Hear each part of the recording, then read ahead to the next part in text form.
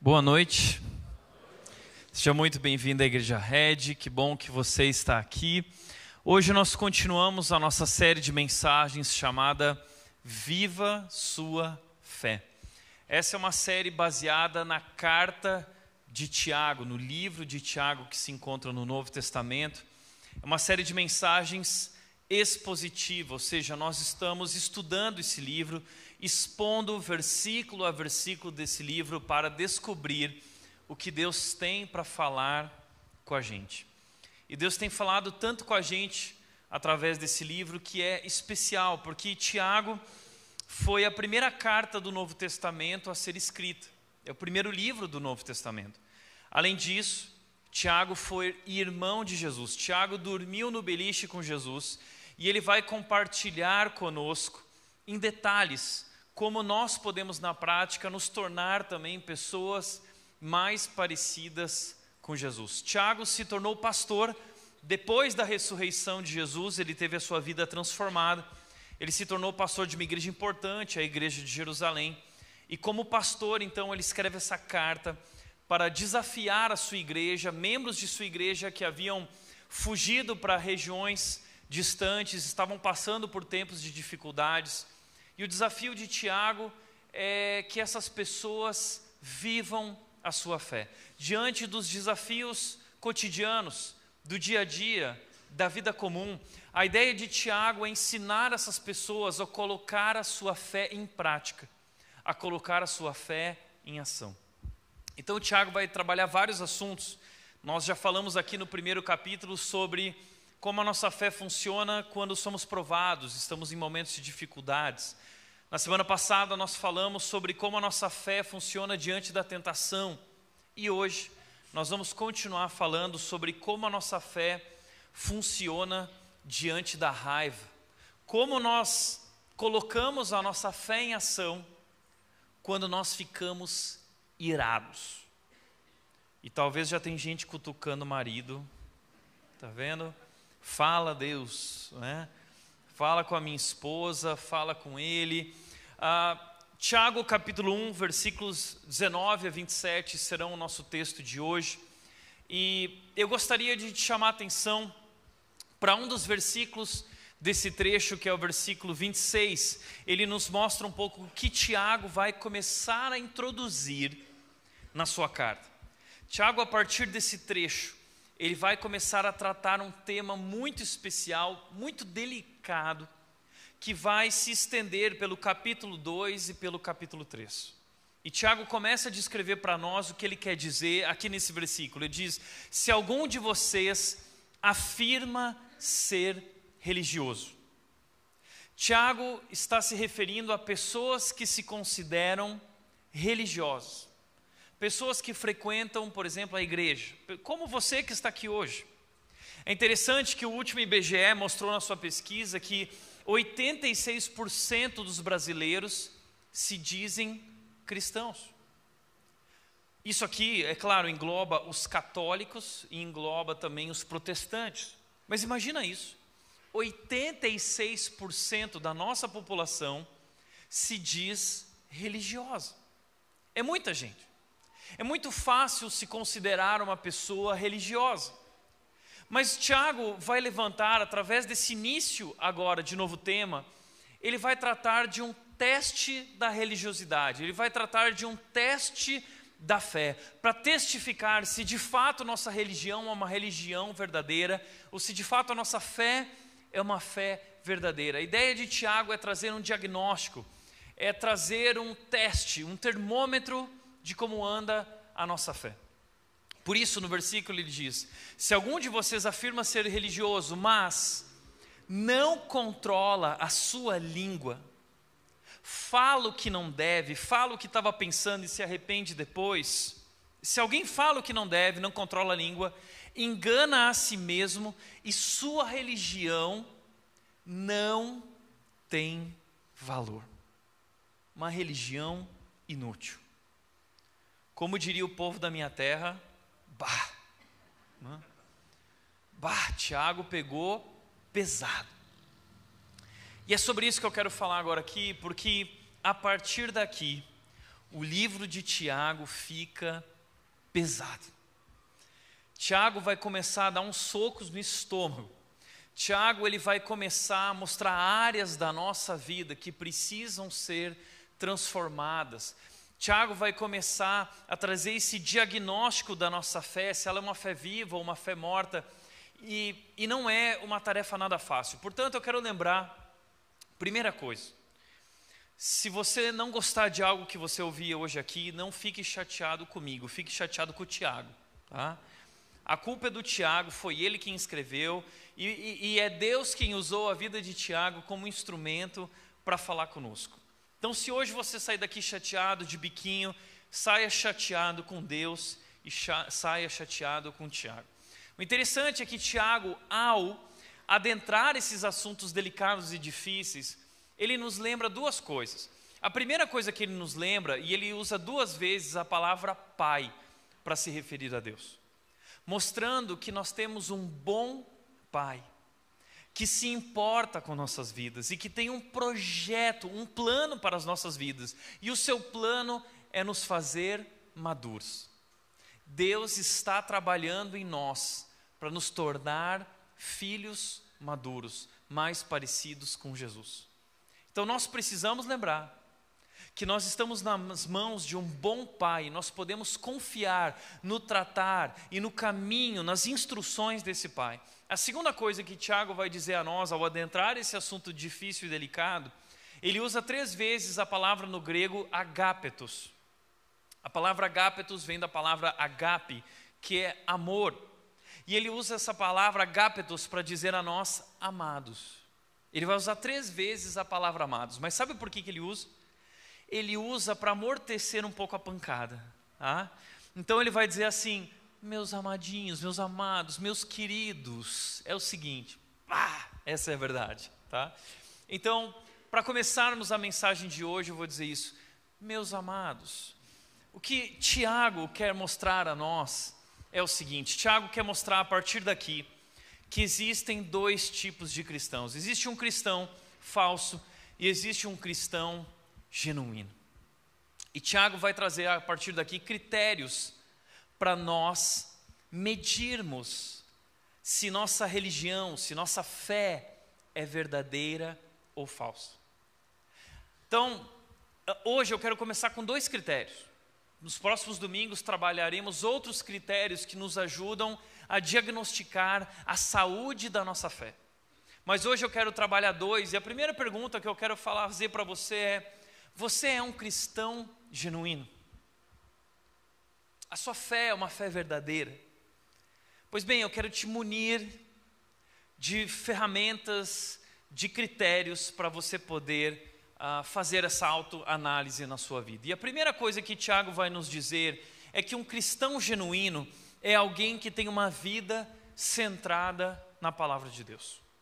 Um cristão genuíno é alguém que tem uma vida centrada na palavra de Deus. E o que significa ter uma vida centrada na palavra de Deus? Tem a ver com a nossa atitude para com a palavra de Deus. E Tiago vai nos trazer 3 atitudes que nós devemos ter diante da palavra. Primeira coisa que Tiago vai começar dizendo, ele vai dizer: portanto, removam toda impureza e maldade, e aceitem humildemente a palavra. Tiago está dizendo que a nossa primeira atitude para com a Bíblia deve ser recebê-la, de coração aberto, de ouvido aberto, para entender o que Deus está nos instruindo, o que Ele está nos mostrando.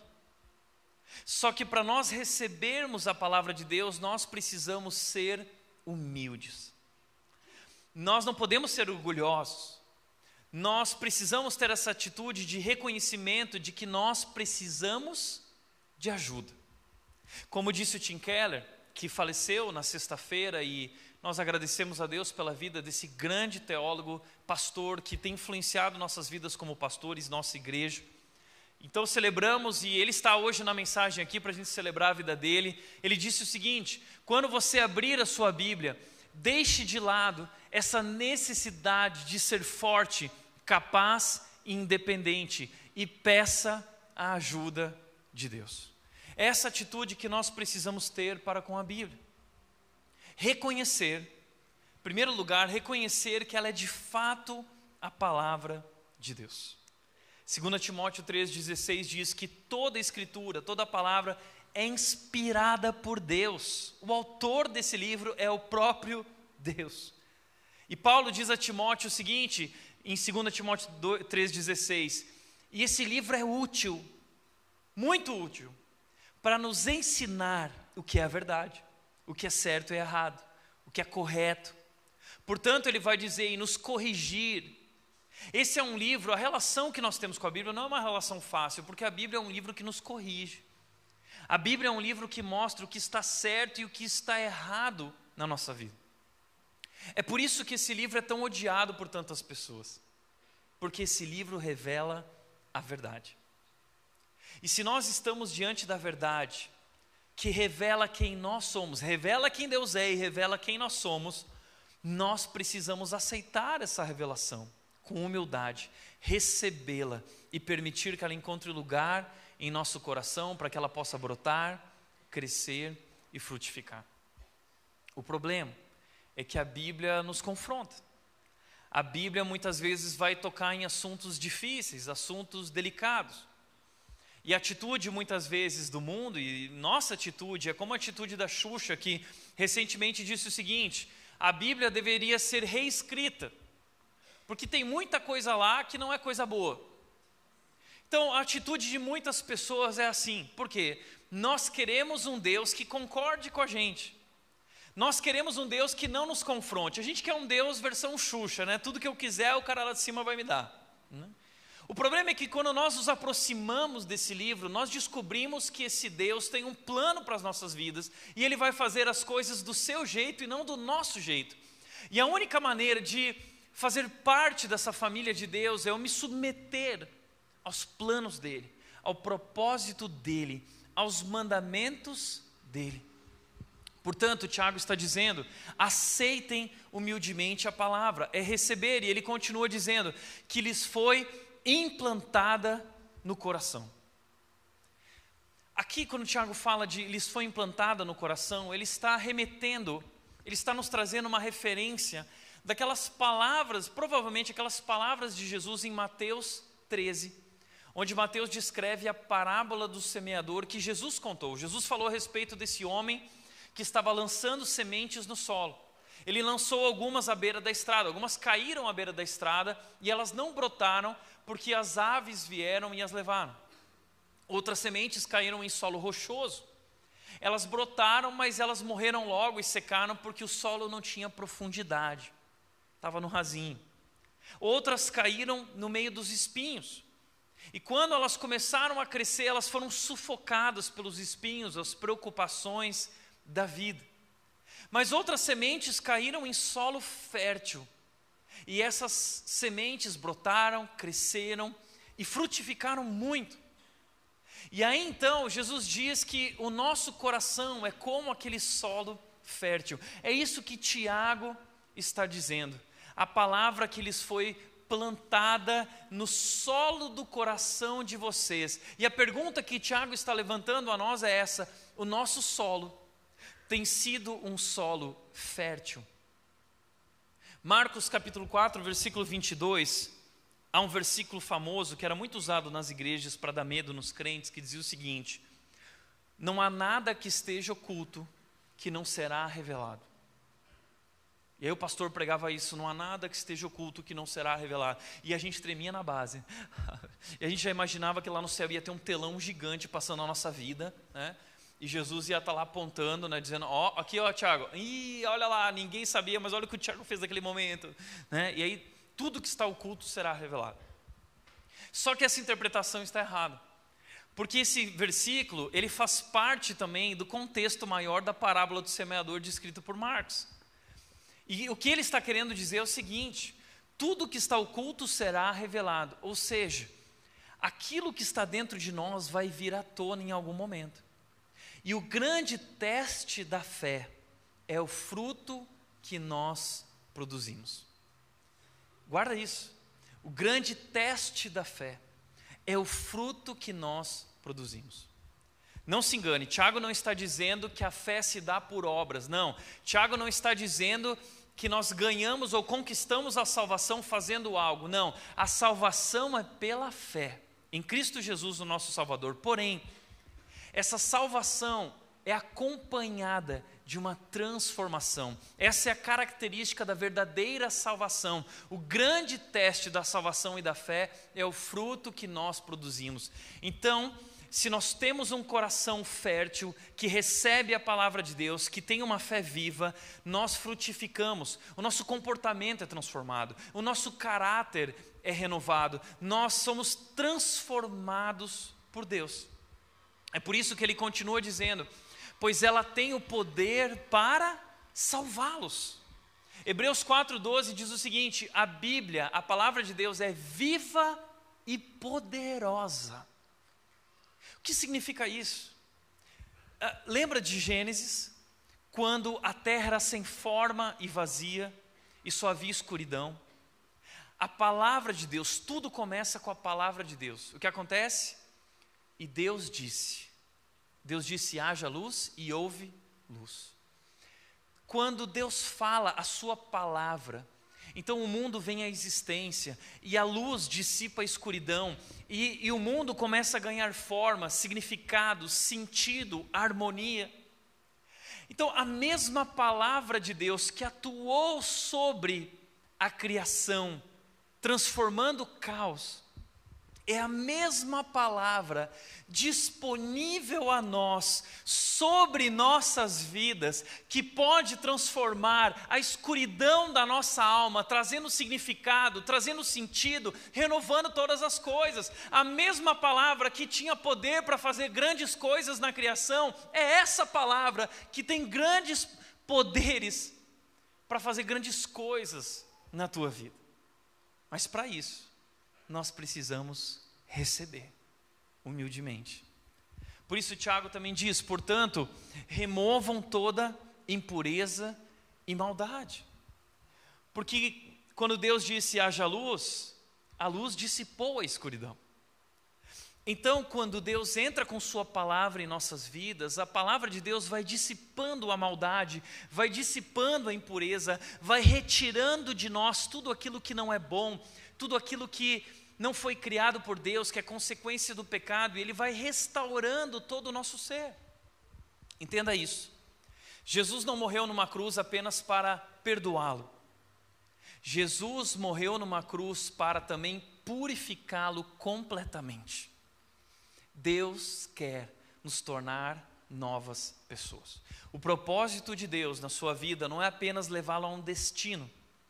O propósito de Deus na sua vida é te tornar uma pessoa completamente nova. E Ele vai fazer isso ao longo de todo o processo, até nós chegarmos naquele destino. E portanto, Deus está nos convidando, Tiago está nos falando sobre deixar Deus agir em nós, recebendo a sua palavra, compreendendo que ela é a verdade, compreendendo a autoridade que ela tem e recebendo ela como um solo fértil para que possa brotar, crescer e frutificar. E ele continua dizendo: não se limitem, porém, a ouvir a palavra, porque muitas vezes a palavra entra por um ouvido e sai pelo outro. Tiago diz: coloquem ela em prática, do contrário, só enganarão a si mesmos. Tem muita gente se enganando, que está ouvindo, mas tudo que ouve não gera transformação, porque não encontra um solo fértil. Então é como aquele aluno ouvinte. Não sei se na sua época que você fez faculdade tinha alguém lá que era um aluno ouvinte. O que é o aluno ouvinte? O nome dele não está na lista da chamada, ele não faz parte daquela turma, ele não precisa fazer provas, ele não precisa fazer as tarefas de casa, mas ele também não vai se formar, ele também não vai receber um diploma, ou seja, ele é só um aluno ouvinte. A presença dele ali não faz diferença nenhuma, porque ele não faz parte daquilo de fato. Assim também é com muitos cristãos, que ouvem, mas não recebem, e não fazem, não praticam, isso não se torna ação na sua vida. Tiago continua dizendo: pois se ouvirem a palavra e não a praticarem, serão como alguém que se olha no espelho, vê a si mesmo, mas assim que se afasta, esquece como era a sua aparência. A segunda atitude para com a palavra de Deus que Tiago vai nos trazer aqui, para nós termos uma vida centrada na palavra, além de receber, é refletir. A nossa atitude para com a palavra é, ao ouvir, ao receber o que Deus está falando, nós precisamos refletir, meditar, ruminar tudo aquilo. A palavra de Deus quer agir dentro de nós e trazer mudanças, fazer ajustes. Portanto, só existem duas maneiras de agir para com a palavra de Deus. A primeira maneira é agir como o Tiago está falando, como se a Bíblia fosse um espelho. A Bíblia funciona como um espelho. Para que a Bíblia serve, ou para que o espelho serve? O espelho serve para mostrar o nosso estado. O espelho, ele revela a nossa aparência. E quando nós olhamos para o espelho, a gente descobre: puxa, meu cabelo não está legal, então eu vou arrumar o meu cabelo. Puxa, tem uma espinha aqui, eu vou arrumar, né? A minha barba não está legal, eu vou dar uma arrumada. Então nós nos olhamos no espelho para sairmos de casa. Então, por exemplo, se eu abotoei a camisa errada, eu vejo no espelho, eu arrumo a camisa. Nós olhamos para o espelho e o espelho nos ajuda a ver o que está errado para que a gente corrija e então a gente sai. O que Tiago está falando é que quando nós olhamos para a palavra de Deus, e a palavra de Deus, ela revela a aparência da nossa saúde espiritual, ela revela como está a nossa vida. A Bíblia define o que está certo na nossa vida e o que está errado. Ela nos mostra até que ponto nós estamos alinhados com o padrão de Deus ou desalinhados com o padrão de Deus. Então, ao ler a Bíblia, se ela revela um problema na nossa vida, se nós não fazemos os ajustes, as correções necessárias na nossa vida, nós estamos enganando a nós mesmos, e a palavra de Deus não serve para nada. Porque é como alguém que se vê no espelho, mas assim que se afasta, esquece como era a sua aparência. Então a Bíblia funciona como um espelho para a minha autoanálise. Eu leio a Bíblia para autoanalisar a minha vida. O problema é que tem gente que não usa a Bíblia como um espelho, mas usa a Bíblia como um binóculo. Essa é uma outra atitude para com a Bíblia. Ou ela é um espelho, ou ela é um binóculo. Por quê? Porque tem gente que quando está ouvindo uma mensagem, está pensando o seguinte: nossa, o fulano tinha que estar aqui ouvindo isso. Puxa, o meu marido precisava estar aqui hoje, por que ele não veio? Então, muitas vezes, nós usamos a Bíblia para enxergar as falhas na vida das outras pessoas. Jesus falou sobre essa mania que nós temos de ver o cisco no olho da outra pessoa e não enxergar a trave que há no olho. E Jesus diz o seguinte: primeiro corrijam o que há de errado na vida de vocês. Ou seja, a Bíblia foi escrita para servir como um espelho, para eu autoanalisar, para eu refletir, para eu enxergar o que está errado na minha vida e fazer ajustes na minha vida. Portanto, Tiago continua dizendo: se contudo observarem atentamente a lei perfeita que os liberta, perseverarem nela e a puserem em prática, sem esquecer o que ouviram, serão felizes no que fizerem.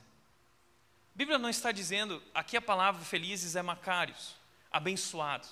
Vocês serão abençoados, entenda. Nós não seremos abençoados ouvindo a palavra de Deus. Nós seremos abençoados colocando em prática a palavra de Deus. Então, nossa terceira atitude para uma vida centrada na palavra de Deus é responder.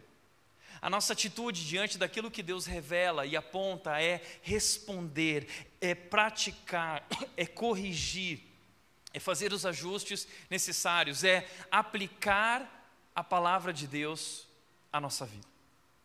E é aí que nós paramos. Nós lemos, nós ouvimos, mas nós não a colocamos em prática. E o que Tiago está mostrando para nós, o que Tiago quer dizer é que uma fé genuína, ela é marcada por ouvir e praticar. Essa é a equação da fé.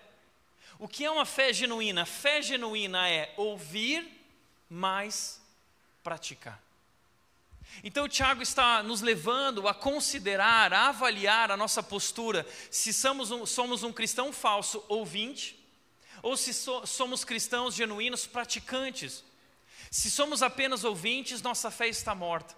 Se nós somos praticantes, a nossa fé é uma fé verdadeira, uma fé genuína, uma fé viva.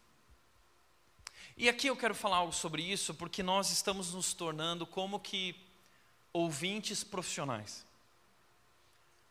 Nós somos ouvintes gourmet. Por que isso? É como aqueles juízes do MasterChef.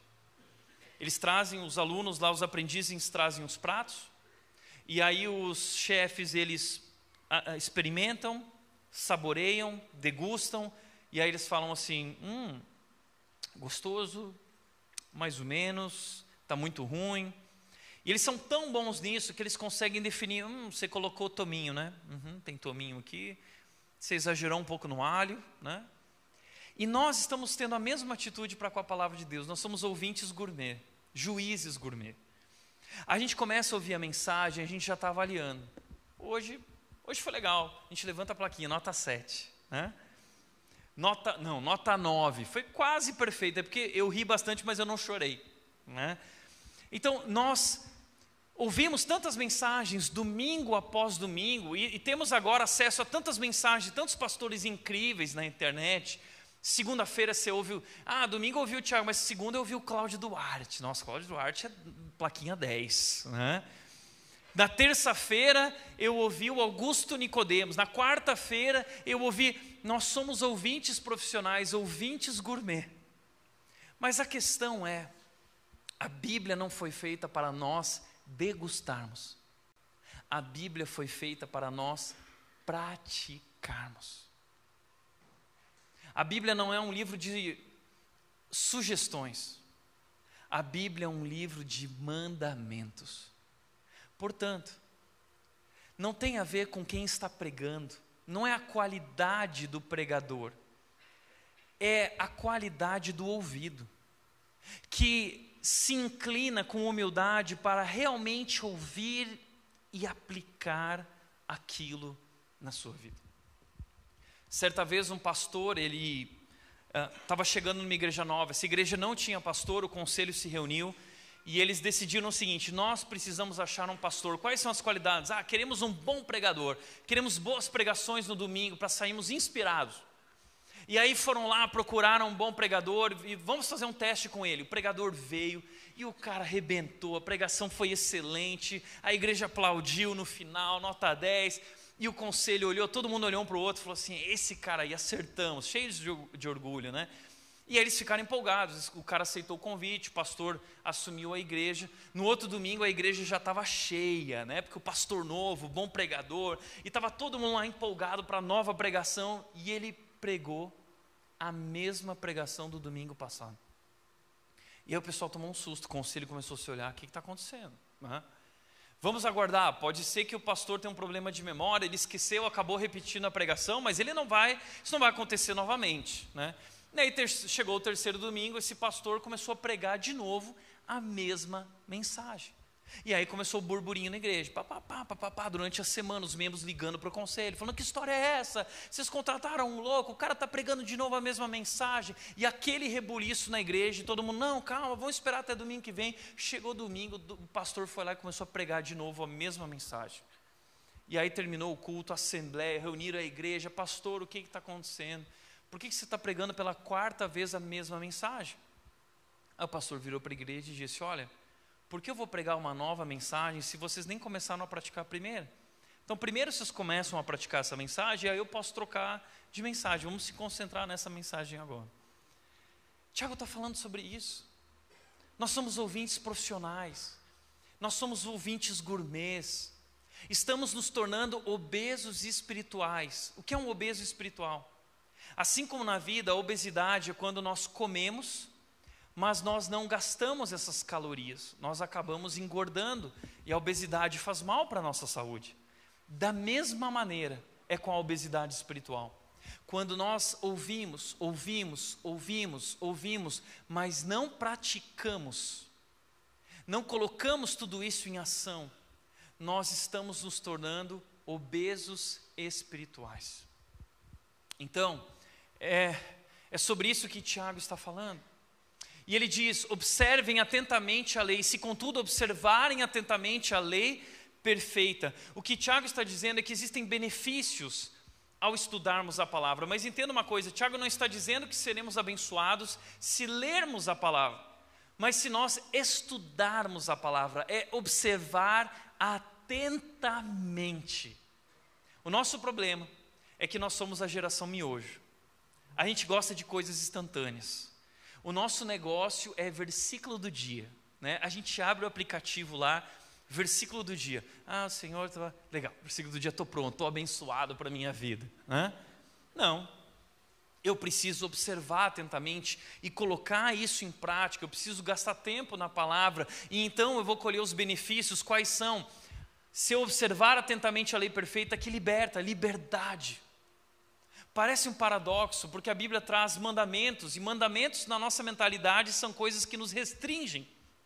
Mas o que Deus está dizendo é que os mandamentos dele nos libertam, para nós desfrutarmos verdadeiramente da vida. E não somente isso, Tiago diz que nós seremos felizes, macários, abençoados. A felicidade que nós procuramos está à nossa disposição, aqui na palavra de Deus, na obediência à palavra de Deus.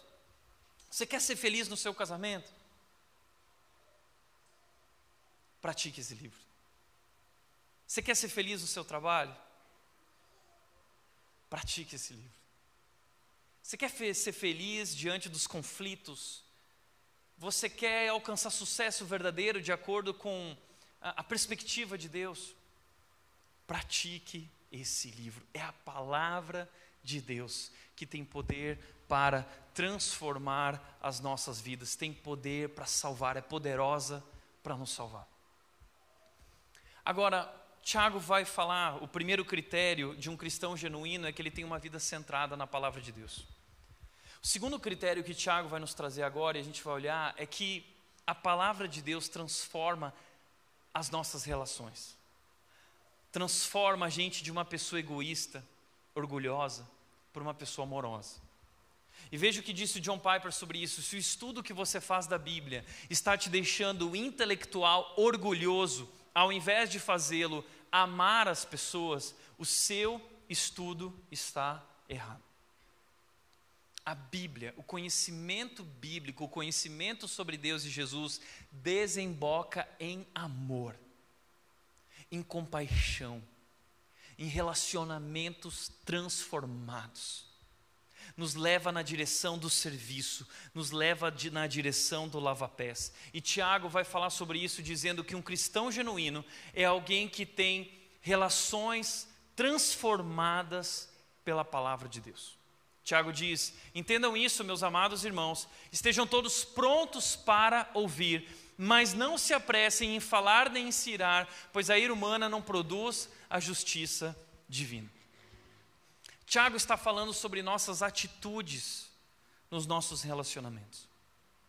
Tiago está dizendo que a palavra de Deus que entra em nossa vida, que encontra lugar em nosso solo fértil, nosso coração, brota, cresce e frutifica, essa palavra transforma a nossa atitude na hora de nós nos relacionarmos com as pessoas. E Tiago está levantando a bola do grande segredo dos relacionamentos. Hoje você vai aprender isso. Sabe qual é o grande segredo dos relacionamentos? Se chama comunicação. O problema pelo qual nós enfrentamos tantos conflitos nos relacionamentos é porque nós não sabemos nos comunicar. E por que nós temos tanta dificuldade de comunicação? Sabe por quê? Tiago diz que o nosso problema de comunicação se chama orgulho. Porque quando a pessoa fala algo, apresenta, muitas vezes alguém diz uma crítica, alguém fala algo que nos ofende, que nós não gostamos, que não é de acordo com aquilo que nós queremos, do nosso jeito, nós nos apressamos em falar, nós nos apressamos em nos irar, porque nós temos esse orgulho dentro de nós, e quando isso acontece, então, quando a raiva vem, a nossa boca abre e os nossos ouvidos se fecham. É sempre assim, já percebeu? A gente não ouve mais, a gente começa a falar, e nossos ouvidos se fecham. O nosso problema é o nosso orgulho. Então deixa eu te fazer uma pergunta, eu gostaria de falar um pouco sobre isso, sobre essa questão da ira. E a pergunta que eu quero te fazer é: você é uma pessoa irada? Muitos de nós vamos dizer não, eu não sou uma pessoa irada. E eu quero dizer, você está enganado. Todos nós somos irados. Todos nós. Sabia que na verdade a ira foi criada por Deus? A ira faz parte daquilo que Deus criou em nosso ser. Nós temos esse sentimento de ira. E a ira pode ser boa ou pode ser ruim. Nós vemos Jesus na palavra dele, ele ficou irado, mas ele não pecou. A ira dele foi transformada em uma força para operar o bem, para amar pessoas, para salvar a vida de pessoas. O problema que nós temos é que nós somos pecadores. E a nossa ira foi contaminada pelo pecado. Então 99, se não 100% das vezes, a nossa ira desemboca em pecado. E não produz a justiça divina. A questão que nós não entendemos, mas como assim, Tiago? Eu não sou uma pessoa irada. Sabe por que a gente pensa isso? Porque nós temos um paradigma de ira, de raiva, que foi colocado por Hollywood para nós. Porque nós temos o parâmetro errado para medir o que é uma pessoa irada ou não. Por exemplo, para nós uma pessoa irada é alguém como o Incrível Hulk, né? Uma coisinha ali aconteceu e o cara... É o Hulk, a gente sabe. Também existe aquele filme Um Dia de Fúria, do Michael Douglas. Quem lembra desse filme? É um filme antigo, mas é um filme maravilhoso que toca em assuntos importantes. E eu me identifico muito com o Michael Douglas em alguns momentos. Não é? Você não se identifica? Quando a gente está na fila do banco, quando você liga para Claro para resolver o problema de uma fatura com cobranças indevidas, eu já aconteci de falar assim: eu estou que nem o Michael Douglas hoje, moça. Tá? Se prepara. Para nós, uma pessoa irada é uma pessoa como o Michael Douglas, é uma pessoa explosiva. Mas na verdade, a ira não é só explosiva. Deixa eu te mostrar isso através de um gráfico, tá? O grande problema da nossa ira é quando, de alguma forma, a nossa dignidade é ferida. Nós somos pessoas egoístas, nós somos pessoas impacientes, e quando as coisas não acontecem do nosso jeito, quando alguém nos ofende, nós ficamos irados. Agora, a ira na vida de algumas pessoas se revela de maneira explosiva, com palavras, agressão verbal ou agressão física. Agora, na vida de outras pessoas, a ira se revela como uma implosão. A pessoa não explode, ela implode. E ela implode como? Através de rancor, ressentimentos e amargura. E entenda uma coisa: rancor, amargura, ressentimento é algo tão prejudicial, tão danoso, tão destrutivo para a nossa vida, para a nossa saúde, para o nosso casamento e para as nossas relações, quanto a ira explosiva. Nós temos o costume de falar da ira explosiva. Aliás, como igreja, saiba disso. Nós, como pastores, temos a responsabilidade de, se soubermos de algum tipo de violência doméstica, chamar a polícia, chamar as autoridades. Isso é crime. Agora, nós precisamos entender que a ira impulsiva, o rancor, o ressentimento, a amargura é tão danoso, é tão destrutivo para a sua vida, a sua saúde, o seu casamento, suas relações, quanto a ira explosiva. Agora, olha que interessante, talvez a maioria de nós, a maioria das pessoas aqui vão olhar para os outros e vão falar: fulano não é irado, fulano não é irado, porque como disse o Milor Fernandes, quão admiráveis são as pessoas que nós não conhecemos. Só nos conhece verdadeiramente quem mora com a gente dentro de casa. É ali que nosso verdadeiro eu se revela. Quem você é dentro de casa é o que você realmente é. Olha que interessante o que o Patrick Morley disse: a ira reside atrás das portas fechadas da maioria de nossas casas. Pessoalmente, nunca perdi a calma no escritório. Jamais iria querer que meus colegas pensassem que eu não sou capaz de me controlar. Mas raramente a semana passa sem que as faíscas da vida familiar não se transformem no estopim de uma fogueira de ódios. Uma faísca que se transforma no estopim de uma fogueira de ódios. E ele continua dizendo: a ira destrói a qualidade de nossa vida pessoal, nosso casamento, nossa saúde. Palavras de ira são como flechas lançadas por um arqueiro. Uma vez lançadas, viajam pelo ar em direção a seu alvo, sem que possam ser desviadas ou sem que seu dano possa ser desfeito. Como as flechas do arqueiro, nossas palavras amargas cortam como lâmina afiada, dilacerando o coração de seu alvo. E ele termina dizendo: quando a ira fere a alma do lar, o sangue da vida familiar começa a ser derramado. Presta atenção. Tem muitas famílias aqui que estão sangrando, porque têm sido feridas pela ira. De um homem violento, de uma mulher amargurada, de pessoas que guardam rancor, ou de pessoas que agridem de forma verbal ou até física. Isso destrói o lar. E pior, tem gente que usa uma desculpa: é você quem causa isso em mim. Você já disse isso ou já ouviu isso? É você que desperta a ira em mim. Entenda uma coisa: não são as outras pessoas que criam a sua ira. As outras pessoas apenas revelam a sua ira. A sua verdadeira essência, a verdadeira essência de quem você é revelada na intimidade do seu lar.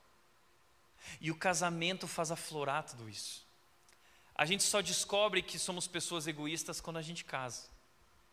Veja o que disse o Tim Keller sobre isso: o casamento faz aflorar características de sua personalidade que sempre estiveram presentes, mas permanecia oculta de todos, inclusive de você. Porque muitas vezes, enganados pelo diabo, a gente acha o seguinte: o problema é o meu marido. Eu fico tão irado assim porque o problema é ele.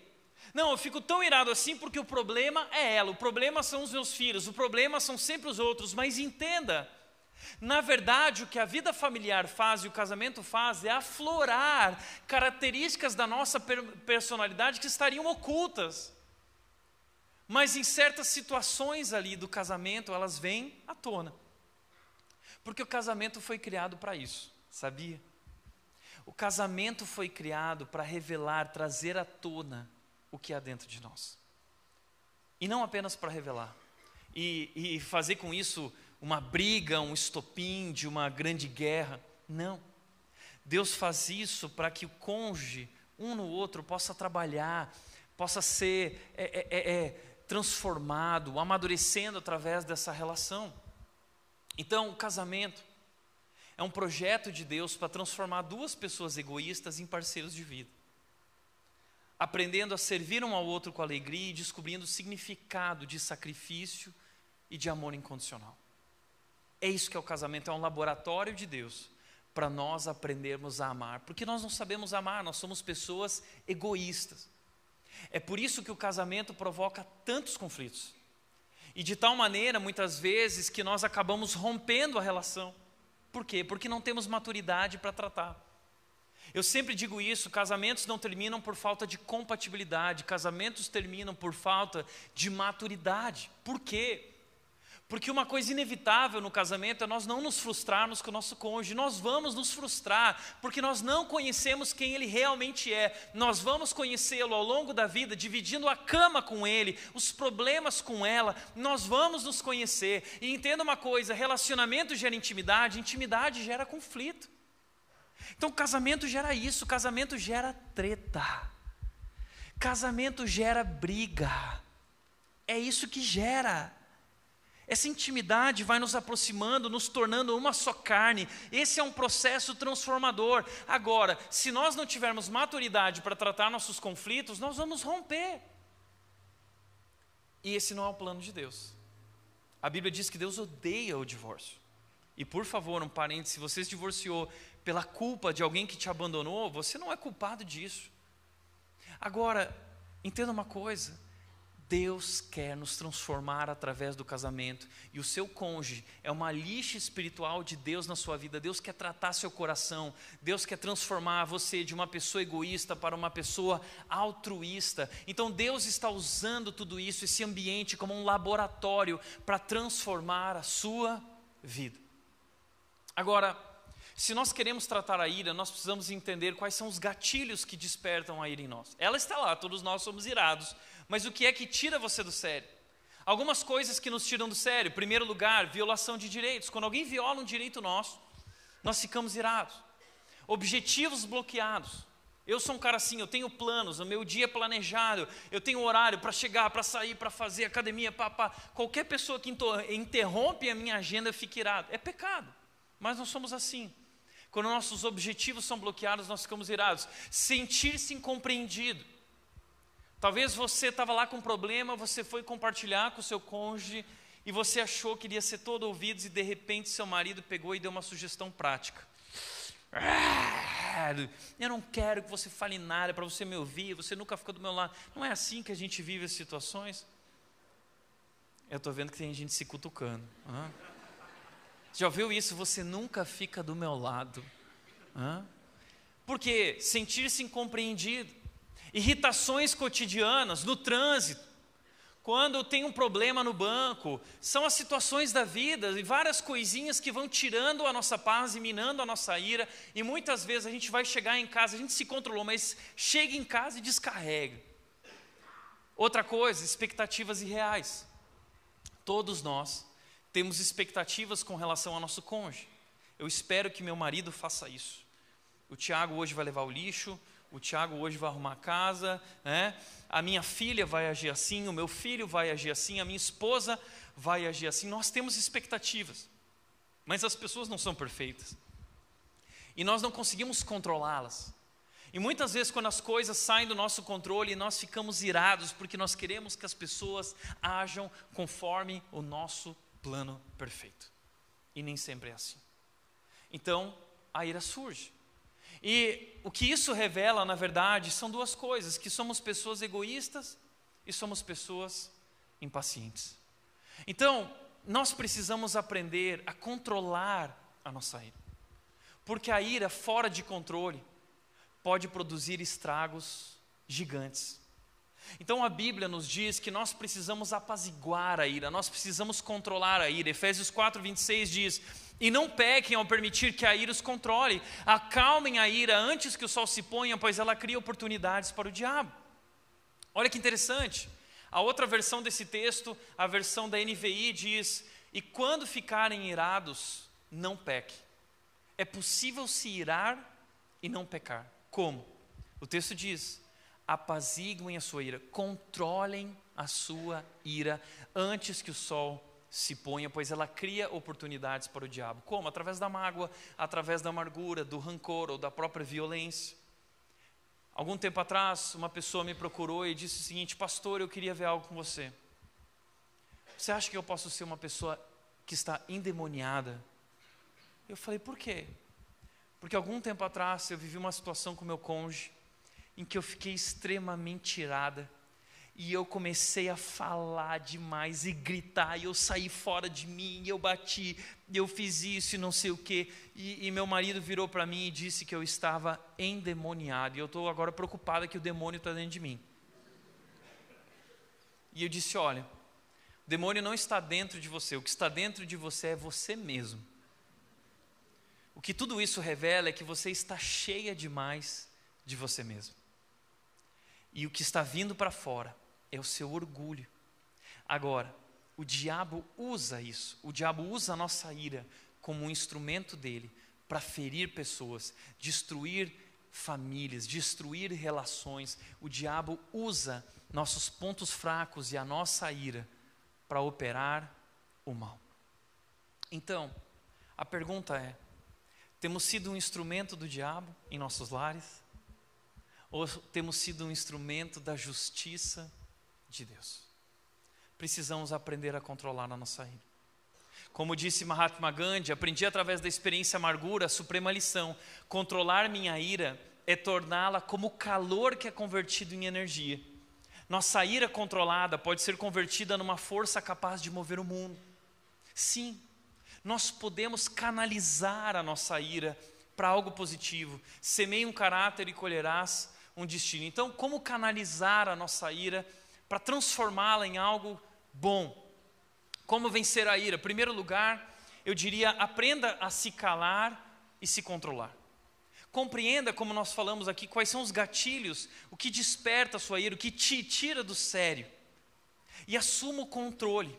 Reconheça esses momentos, prepare-se pela manhã desenvolvendo essa mentalidade de se controlar. E se a nossa reação natural é abrir a boca e fechar os ouvidos, a gente precisa ser renovado e ser transformado. A gente precisa agora começar a fechar a boca e abrir o ouvido. Então, na próxima situação que acontecer, ao invés de ser rápido para falar, seja rápido para se calar. O Tiago falou ficar quieto, eu vou ficar quieto, né? E abre o ouvido e começa a ouvir e fazer esse exercício. Porque, como disse o Ronaldo Lidório no seu livro Liderança e Integridade, ele disse o seguinte: quando sofremos oposição, calar-nos deve ser a nossa primeira atitude.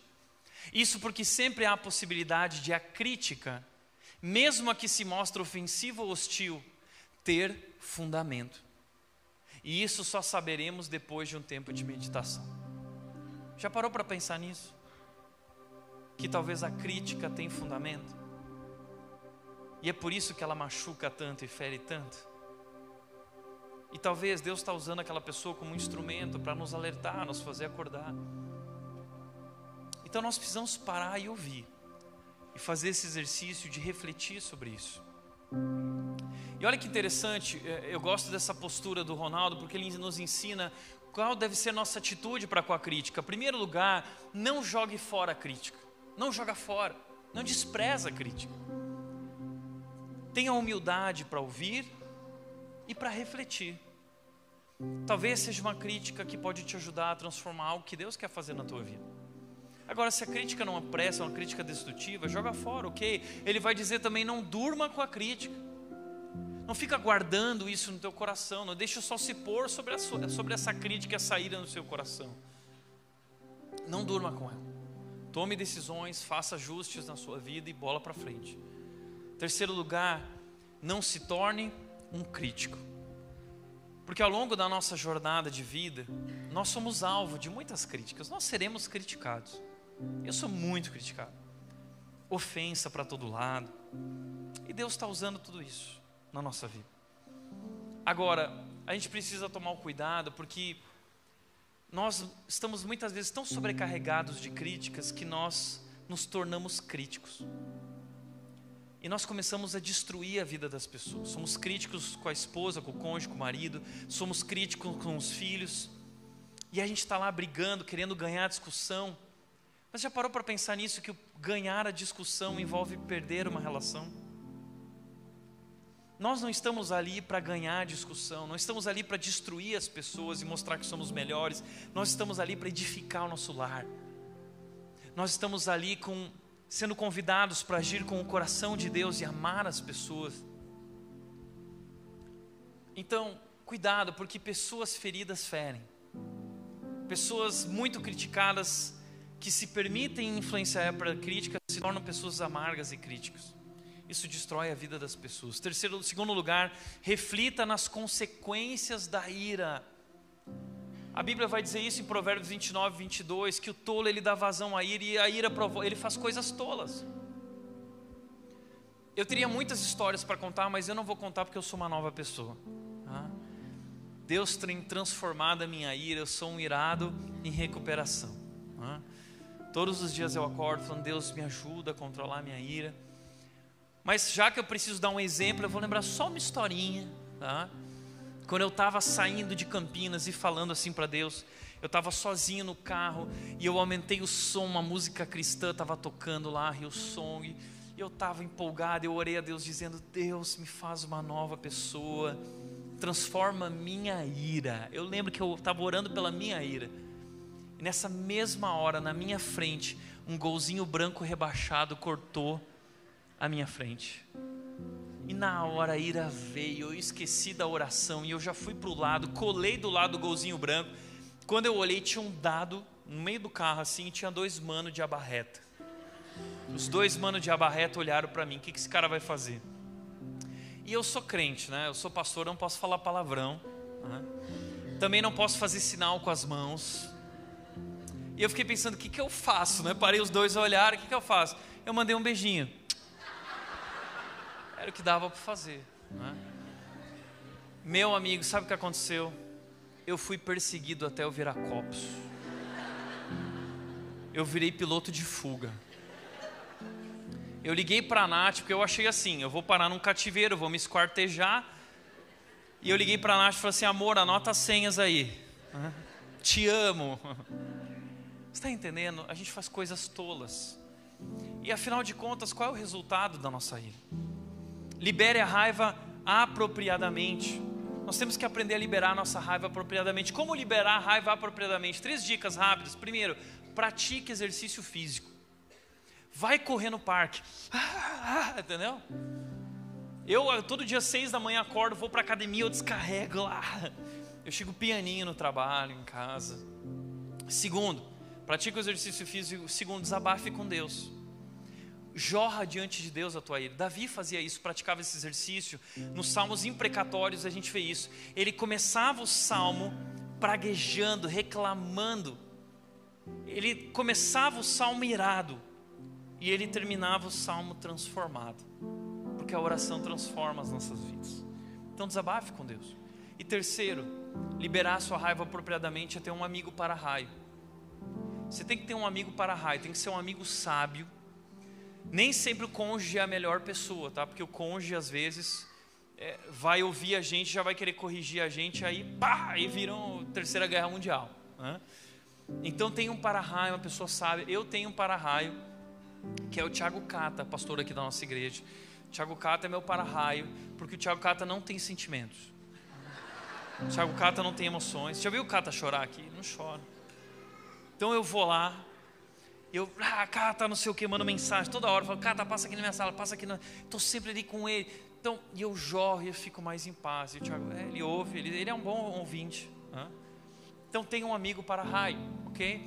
Ande com pessoas pacientes, abra mão da razão. Aliás, esse texto é legal, Provérbios 12:16 diz, o insensato se ira com facilidade, mas o sábio ignora a ofensa. Olha, nós somos insensatos porque a gente se ira com facilidade. Um comentário no Instagram tira a nossa paz. A gente não consegue mais dormir. A gente quer responder, textão. A gente tem que ser mais sábio. A gente é muito mimimi. Nós estamos nos tornando extremamente sensíveis à opinião e os comentários das outras pessoas. A gente precisa crescer, amadurecer e saber quem nós somos diante de Deus. Nós não somos o que os outros falam, somos aquilo que Cristo diz quem somos. Mas precisamos aprender a abrir os ouvidos, porque muitas vezes Cristo quer ministrar a nós através de situações assim, pessoas que despertam a nossa ira. Talvez ali Deus está querendo ministrar ao nosso coração. O último, pratique o perdão. Ame. Peça perdão. Se você passou por cima de alguém, se você feriu alguém com tuas palavras, com teu rancor, peça perdão. Seja humilde, reconheça. Busque a ajuda de Deus, pedindo que Ele transforme a sua vida e transforme você de uma pessoa egoísta para uma pessoa amorosa, paciente, compassiva. E perdoe aqueles que te feriram. E perdoar significa perdoar mesmo que ele não esteja arrependido, mesmo que ele não peça perdão. Para o cristão, o perdão é uma obrigação, é um dever. Perdoe. Porque, como disse C.S. Lewis, Deus não nos fez para sermos felizes, Deus nos fez para amar. Não é sobre ganhar discussão, é sobre amar as pessoas como Deus nos ama. Portanto, a oração de São Francisco é muito legal para nós aqui, encerrando. Ela diz o seguinte: Senhor, fazei-me instrumento de vossa paz. Onde houver ódio, que eu leve o amor. Se houver ofensa, que eu leve o perdão. Onde houver discórdia, que eu leve a união. Onde houver dúvida, que eu leve a fé.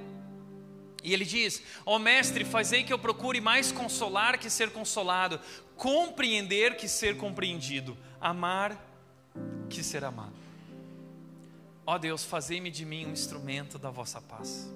Nós somos instrumentos da paz de Deus, do amor de Deus, da justiça de Deus.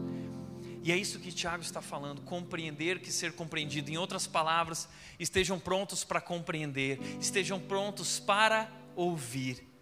E não se apressem em falar, nem se irar, pois a ira humana não produz a justiça de Deus. Deixa eu te falar uma coisa. Como cristãos, nós somos chamados para ser um instrumento da paz, um instrumento da justiça, um instrumento do amor. Temos sido instrumentos do amor e da justiça? Ou temos sido instrumentos do diabo? Às vezes a gente perde oportunidades de ser um instrumento, por conta da nossa ira, do nosso orgulho, do nosso egoísmo. Essa semana, sexta-feira, na verdade, aconteceu algo muito interessante. Eu saí de casa, estava com muita pressa, de manhã cedo. Eu fui estacionar meu carro e eu não vi.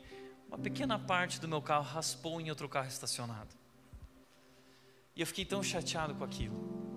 E o dono do carro não estava lá. E fez uma mancha no carro dele, na frente, no para-choque do carro do cara. E aí eu fiquei olhando para aquilo e eu olhei para o lado, não vinha ninguém estava vindo. Eu fiquei esperando um pouco e de repente surgiu um homem lá do outro lado da rua. Esse homem veio vindo, esse homem chegou perto do carro dele. Já do outro lado da rua o cara já estava irado. Ele falou assim: eu não acredito, olha o que aconteceu no meu carro, a mancha aqui, não sei o que, tal, quem fez isso, não sei o que, olhando para os lados. E aí eu cheguei, fui eu que fiz. Isso pegou de surpresa o cara. Ele podia ter ficado irado comigo, mas ele começou a esbravejar, falou: caramba, nada dá certo na minha vida, está tudo errado na minha vida. Eu disse: cara, não se preocupa, pega meu contato aqui, vamos consertar isso, a gente vai resolver as coisas.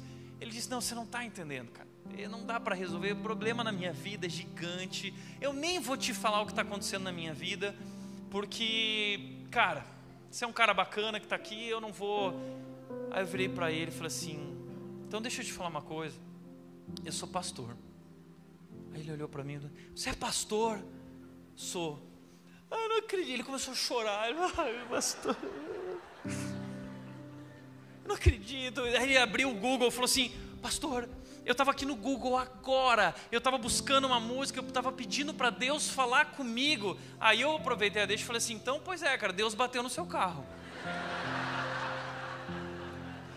Estou aqui e não vou pagar. E ele começou a chorar, brincando, dizendo: Deus bateu no meu carro, Deus bateu no meu carro, eu não acredito nisso. Ele parou e falou assim: mas você é pastor de que igreja? Daí eu falei: sou pastor de uma igreja chamada Red. Eu não acredito, minha esposa se batizou no último batismo na Red, pastor.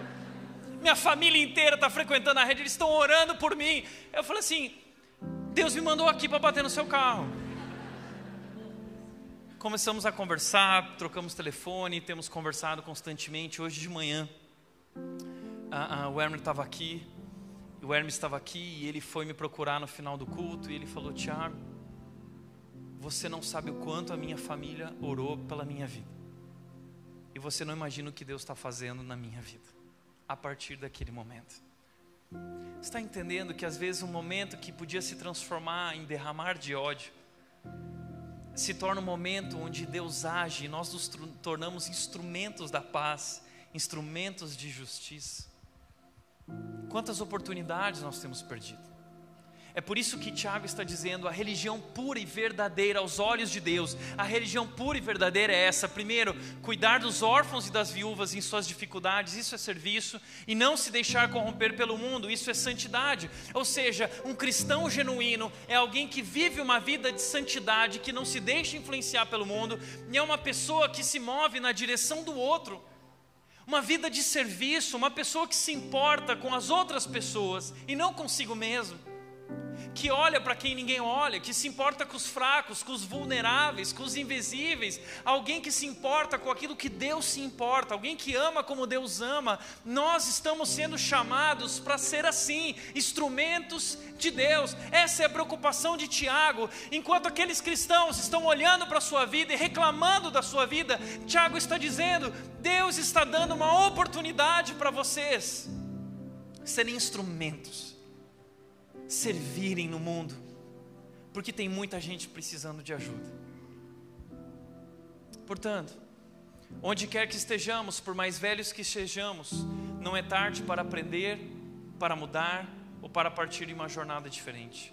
Não é tarde demais para levar a sério Jesus. Não é tarde demais para levar a sério Jesus. Para refletir e praticar. Primeiro, você é um cristão ouvinte ou um cristão praticante?